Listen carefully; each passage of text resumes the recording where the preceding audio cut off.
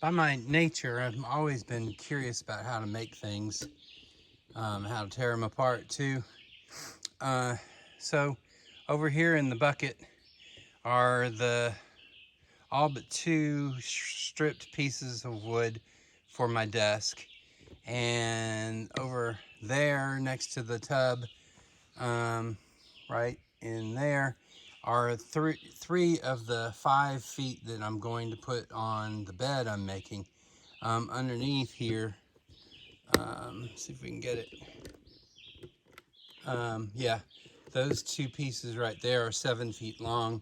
I'm going to turn them into the bed, and then I have some cross posts for that I'm going to make, and that's out of this long piece, stretching in between the Y and the I guess.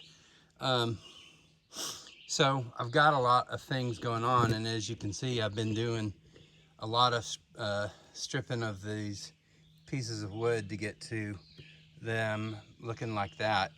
What I still have to do is wash them in some kind of a bleach water to try to get some of the sap off and out of them, and also to cover the color of the ends.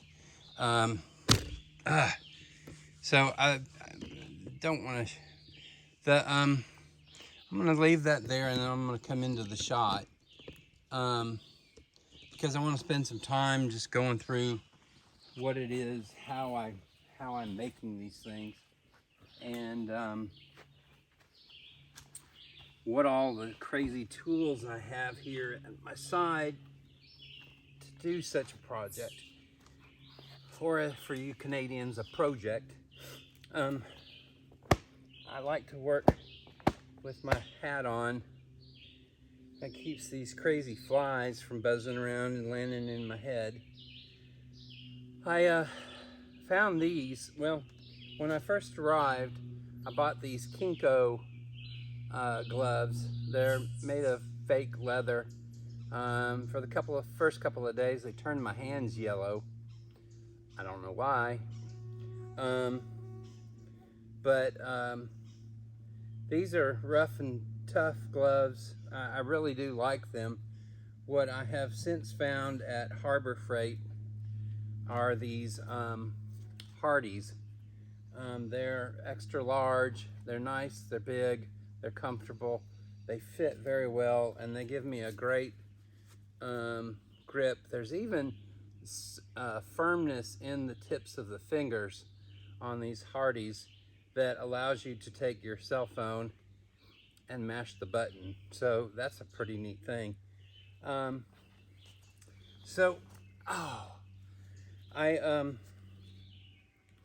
did not come equipped with the right number of chairs, and I had brought an artist stool with me here, and last Saturday I was sitting in it, and the next thing I know I was on the ground because it had bent sideways and off over where I went. I've got this Repel bug spray that's got like a 25% bonus of extra stuff in it, and it's good stuff for the most part. And it says it lasts long-lasting protection, effective long-lasting protection. But I found that after about 3 hours, it doesn't do much. Because I went in and took a much-needed nap in between after lunch and after stripping 2 more pieces of wood. And I've been out here already, and one's gotten me right here on the arm. Now, just to go back to a little bit about which tools I'm using, this is a Camillus titanium knife. I used the sandstone on it earlier today, and it worked really well going from the heavy grit to the fine grit, and just going at that 22-degree angle, which most of these knives are set at, and sharpening up and rubbing out some of the burbs that I've already put in it. But this knife, I think it was like $20, and it's probably next to the Coleman stove that I bought a few days ago for $38. This is one of the best purchases I've made throughout this whole process. I brought a 12-inch tape with me. I've bought now 2 wooden pencils, the carpenter kind. These work really well in marking where you want to make your cuts. And then sometimes they don't on this bark. You just mark it and mark and mark and scratch, and it seems like nothing happens. From Harbor Freight, I bought this this plane, and it came with a small one too. I've been able to get this one to work. The small plane, no comment. So I've been using this to try to flatten out some spots. Got a cheap file, and this morning I took my axe that I bought from Tractor Supply the day after we got here. I think it was the day we got here. And what I used on it today was the secretive towel sharpening method, which is pretty cool, actually. The rag method, I guess they call it. So what you do is you fold a washcloth in half, and then you fold it again, so it's got 4 folds now. And then you basically put it on the high point of your axe or your hatchet's head, and then you take this file and you start moving it across the metal. And this morning, when I first started, the only thing that was bare was the tip here. And see, as you go, you keep folding up the washcloth, and that changes the angle of pressure that you're able to put on to the axe or the hatchet head. And eventually you keep folding this thing, and you've got like 32 folds in there, and that's where it's supposed to really help get you down to a fine point on the axe or the hatchet. What I think I tried to use a little while ago to knock off some of the branches going into the pieces of wood and the maple. And maple is a hardwood, but this thing still needs some sharpening because it's not ready to cut paper yet. I have looked around town. I've been to Lowe's, I've been to Harbor Freight, I've been to Menards, I've been to Tractor Supply. I think I've been to all of those. There pretty much isn't anything else to go to. And none of them are sharp. All of them are going to, no matter what you buy, are going to require much more filing to get them down to have a real sharp point on here, enough for it to be effective.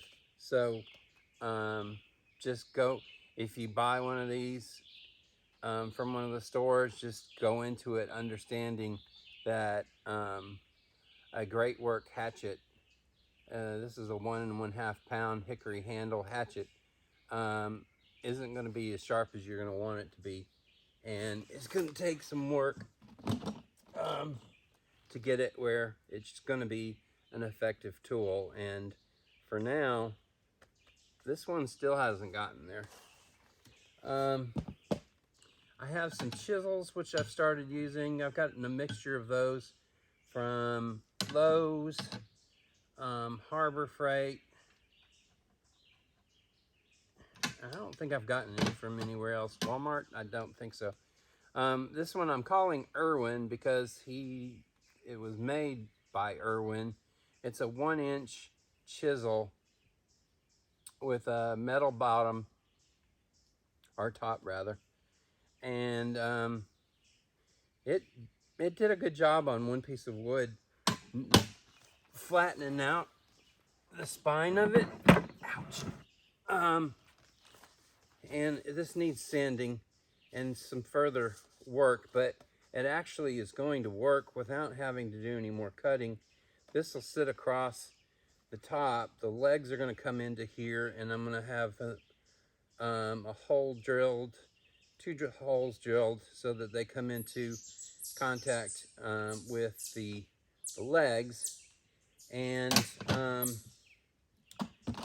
from there I'm also going to have a piece that's coming across, and I don't know yet whether it's going to be on the inside or the out, but I can go on top and maybe cut a little bit of it, chisel it away so that it's really kind of a half piece cut here that can fit on top and be level all around the square.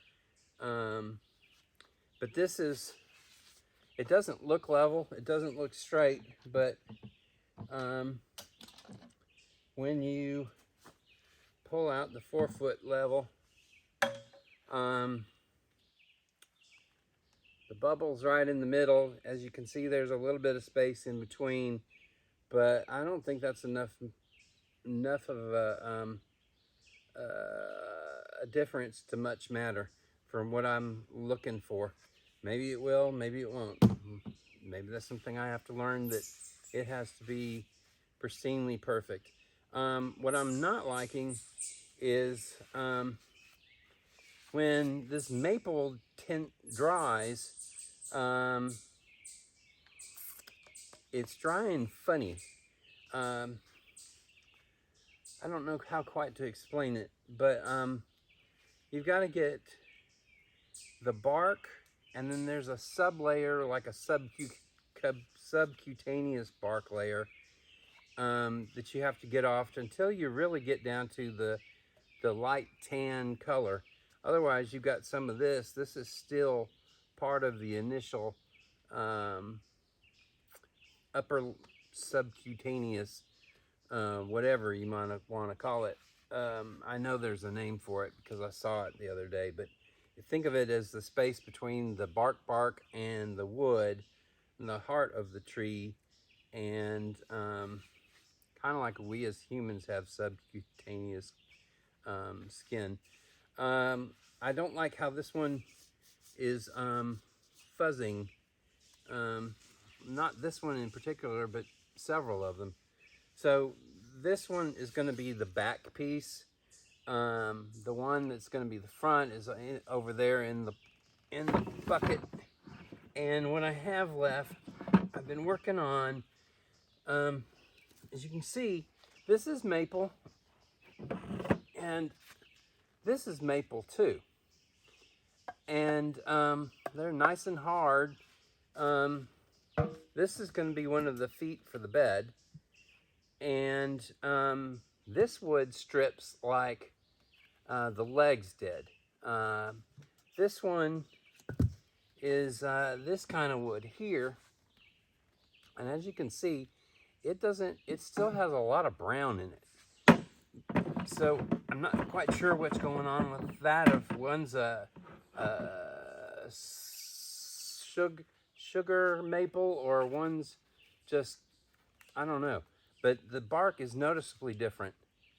And so what I'm doing is I have this piece. I will either have my metal bucket here or a piece of wood under, and I get the camelus, and this is going to be a cross beam. A leg it'll attach to a leg here and one here, and then I'm going to cut the extra off so that I have a fairly straight piece of wood, so I could really do from here to somewhere in here, and I'll be in a good range.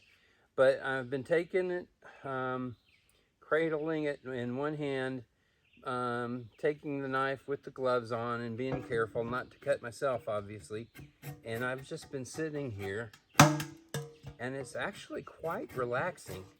You just sit here, and for the next however long it's going to take, I simply am trimming away, and I get into particulars around these knot holes, and I just kind of strip away at the wet green bark that's on the branch or the tree stem, and it takes a while, and as you can see from the former photographs or video earlier in this video, that I've been at this a while with all these pieces. And see, this is one of those weird colored ones that I've taken that layer off, and yet it still looks like there's that subcutaneous brown bark sitting on it. Now these knot holes take a little bit of work, and I know some of you will gasp that I'm cutting toward myself, but it's funny. I had my neighbor Janet Elkins back in Mesquite was telling me, I know woodsmen and you're not one.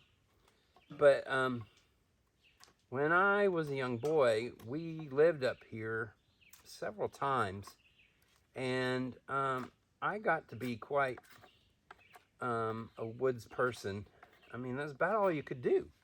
There was a mall per se, but it was not much of one, and it's actually half torn down now. I've been meaning to go take a picture of it because that is where I saw Star Wars, and which you know, has some history. It also has some inclusion in the book because I have my 4 characters go watch Star Wars the day it comes out, May 22nd, 77. Maybe that was an earlier version, and because I'm starting later than that, I think. Anyway,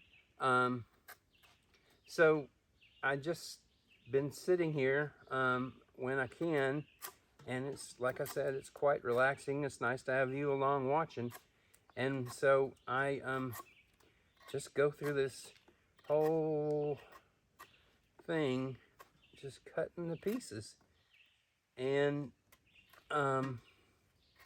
working around the knot holes, and some of them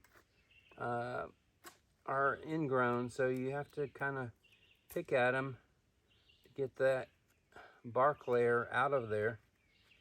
And you know, it's kind of like whittling. When I was in I did Cub Scouts and did nothing like that. I guess we did the derby cars that you get to carve out of wood.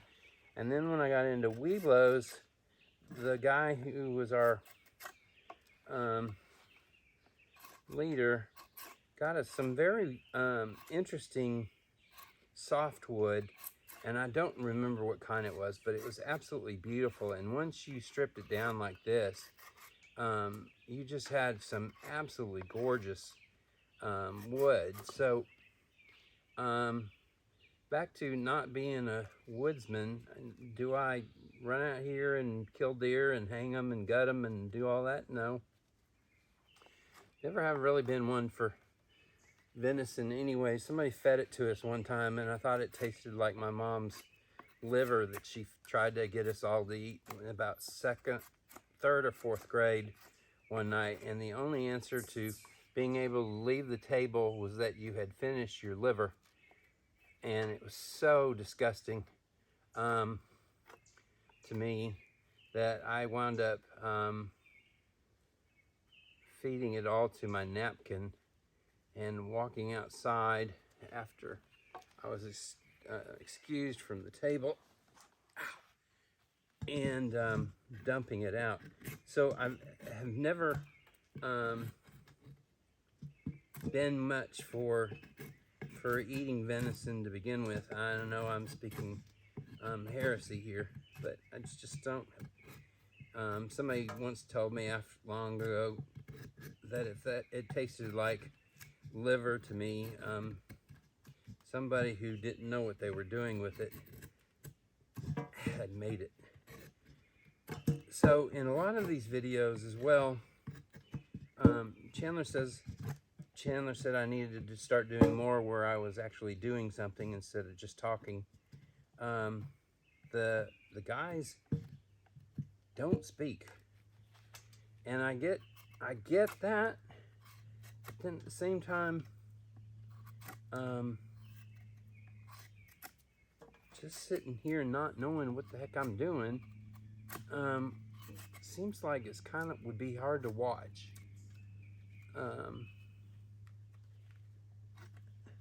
As you can hear, our orchestra is playing. And as I say that, they stop. There they go. So I've almost finished with this one piece. At least getting that first bit off. And so I don't know whether it's best to not talk and not explain what I'm doing. If you go to the Grand Master of YouTube, who is, in my mind, Sean James, and his cabin work in Canada, where he's building a true log cabin, complete with describing the logs so they lock one right into the other on top of each other so there's no gap. He has 2 channels, one where he talks about stuff, and in the other where in 95% of them he doesn't say anything, he just plays some background music, and you see him and his beautiful dog Callie outside running around playing. Callie is a golden retriever, and she likes to chase after this almost looking life preserver colored piece of throw toy, and I'm told by my daughter Haley that they have one for Tucker in Florida, and it works real well. But I have a Great Pyrenees, and they're always on guard, they're always hurting. Ow. And they don't fetch. So I can't offer you that component. And plus, I'm trying to get out here and do some things that not everybody else is doing, because what's the point in that? Just being another, hey, I can go out in the woods and build me a this. Well, I never thought at age 56 I'd start making my own furniture. And that's kind of exciting. This is going to be my wooden desk. If I don't take this one and turn it into an outside table, which I need desperately as well. I think if I were going to have left this outside, though, I don't know if I would have gone to all the work to clean the wood like I'm doing. But over the next week, I hope to, finish this desk. It's going to go in the tent, what Joel Porter again calls the Taj Mahal of tents, and I'm going to use it for writing. My writing. I got my typewriter, 2 of my typewriters with me, and I'm going to start getting some of these details down that I can now add to my story about the 4 boys who build a tree house in the woods just off the base of their Upper Michigan 4 boys who build a tree house in the woods just off the base of their Upper Michigan Air Force Base. I'm still not saying that right, am I? You know, in the woods with them is a secret hideaway of a Soviet spy who's I haven't been over to the base since we've been up here, but the spy is there, and he's doing some espionage, keeping track of how many bombers are on alert and that kind of thing. But he also gets sent on a special mission while he's there. But anyway, I have no idea why I got onto that, but I am sitting here having a great time. I learned to do some of this stuff, a lot of this stuff, as a kid, and then the Air Force moved us away in 1978, and I have always wanted to come back up here. Dad bought this land back in 75, I think. 76, somewhere in there, for a penance compared to what it's worth now. And you may have seen in some of the shots, my brother Kenny had built a shed out here. And they had a sauna and an outhouse and all kinds of stuff going on. And things got out of hand because we are all not up here. None of us are residents of Michigan anymore, and or ever were. And so I do have some experience doing this. So I don't know how long the videos run because I can't see the other side of my phone right now. Is this gonna matter right through here? No. Not if I put and maybe a notch here, maybe a 1/2 inch notch on the side that'll attach. Well, it's gonna have to be more than 1 inch, but big enough to attach halfway into or a quarter of the way into a leg. And then I can attach it either via the end or notch the bottom of one of those cross pieces. And I mean the long white width pieces, the 48-inch pieces.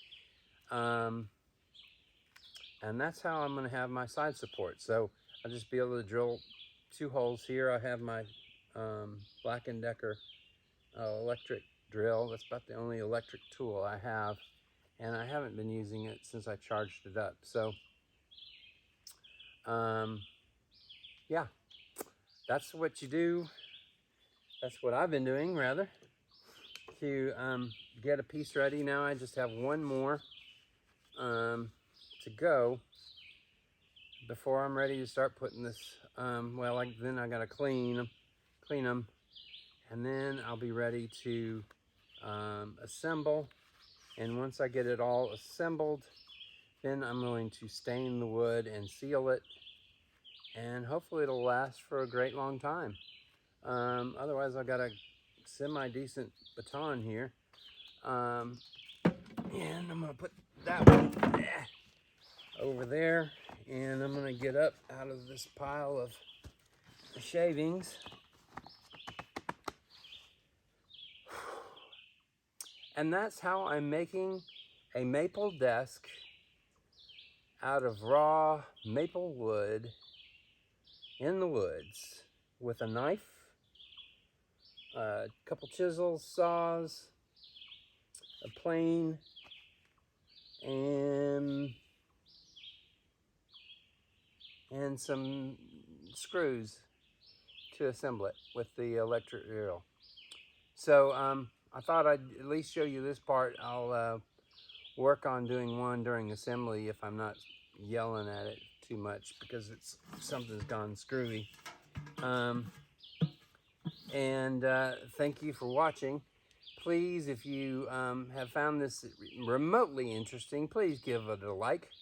I am trying to grow this channel very quickly. I'm out here in the woods with just myself and my dog. Left my apartment in Texas. I have back issues and leg issues and neck issues and heart issues, and gosh, more even, and mosquito issues and tick issues. But um, I'm trying to grow this channel and live off of working out here in the woods, doing stories like this that are going to be of interest and help to others around the globe who may be considering doing something similar. If you have tips on what I should do about washing the wood, I have seen one guy, I think it was Dave Whipple, and I can't remember his YouTube name yet right at the moment, but I think he said it needs to be some variation of bleach and water.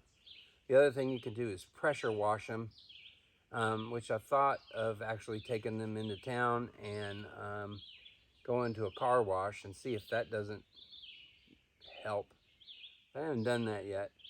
I've got that one piece left to cut. I'm going to let you have a break from not having to watch that. And please like, subscribe if you do want to help and support the channel.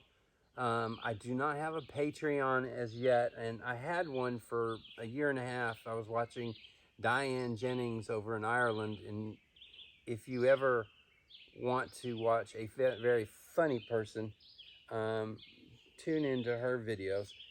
But Patreon canceled a person off of their platform, kicked them off because of what they did or didn't say on a completely different platform that wasn't theirs.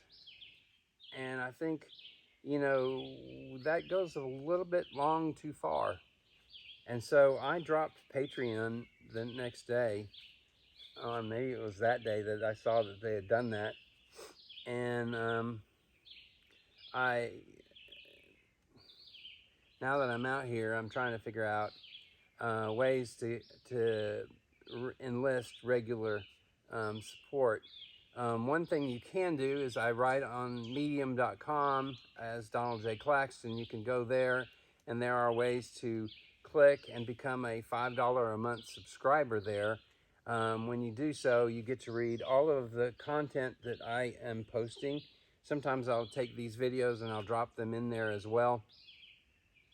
And I also get a portion of your monthly membership for as long as you are a member, which is doesn't, it's not a great deal if you're paying $5 a month. But if you have 100 or 200 or 500 or 1,000 people doing that, then you're talking about some real money. I also have Venmo. You can send money to support, and people have via Venmo at Donald J. Claxton. And you can also go to paypal.me/Donald J. Claxton. And today I received some money from our friends, the Fords, over in England.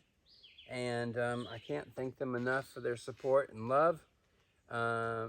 So I'm going to say goodbye to Liz and James and everybody else watching, and say thank you for giving this a shot, and I hope you'll come back. Thank you.